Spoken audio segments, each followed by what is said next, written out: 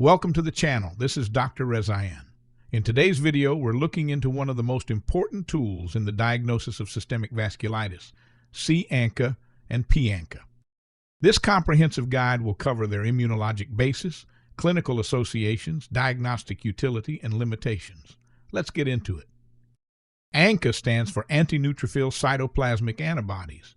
These are autoantibodies directed against components of neutrophil granules and monocyte lysosomes. They play a central role in identifying ANCA-associated vasculitides, or AAVs, systemic diseases that affect small blood vessels. Under indirect immunofluorescence, we see two primary ANCA patterns. C-ANCA, or cytoplasmic ANCA, which displays a diffuse granular staining throughout the cytoplasm, and P-ANCA, or perinuclear ANCA, where staining is concentrated around the nucleus. These patterns are not just visually different. They reflect different antigen targets and disease associations.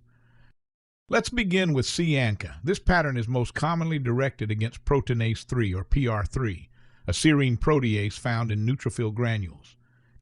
It's most strongly associated with granulomatosis with polyangiitis, formerly called Wegener's.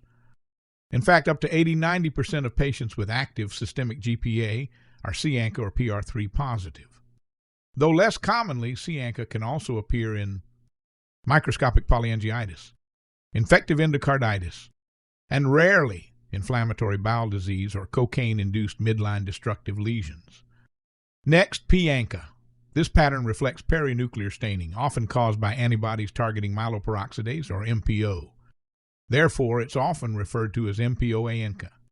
It's most commonly associated with microscopic polyangiitis and eosinophilic granulomatosis with polyangiitis. But P-ANCA can also appear in a broader range of diseases, including ulcerative colitis, primary sclerosing cholangitis, autoimmune hepatitis, drug-induced vasculitis, such as from hydralazine or propylthiouracil, lupus and rheumatoid arthritis, especially with atypical antigen targets. Here's a quick summary of key diseases and their ANCA associations. Granulomatosis with polyangiitis, C-ANCA. Microscopic polyangiitis, IGPA, P-ANCA. Ulcerative colitis, P-atypical. PSC autoimmune hepatitis, NAN. Drug-induced vasculitis, P-ANCA or non-MPO. Here's how ANCA is typically tested. Indirect immunofluorescence to identify the staining pattern. ELISA to determine antigen specificity, 3 or MPO. For GPA, PR3 is highly specific. For MPA and EPA, MP-ANCA is more common but less specific. These tests are used to aid diagnosis, guide monitoring, and assess relapse risk. PR3-ANCA is associated with a higher relapse rate than MPO-ANCA. But ANCA isn't perfect. False positives can occur in infections, IBD, and other autoimmune diseases. False negatives occur in up to 10% of AAV cases, especially when disease is localized. IOF patterns can be misleading without confirmation via ELISA. In diseases like IBD, the P-ANCA scene is often not directed at MPO, reducing specificity. It's also important to remember that some patients with vasculitis are ANCA-negative. This is especially true in cases of EGPA or early MPA.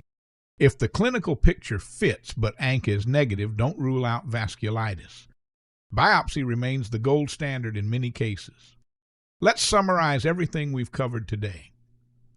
C-ANCA, typically PR3-ANCA, is strongly associated with granulomatosis with polyangiitis.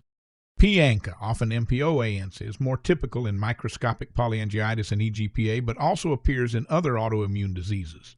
Always confirm IF patterns with ELISA to identify the true antigen.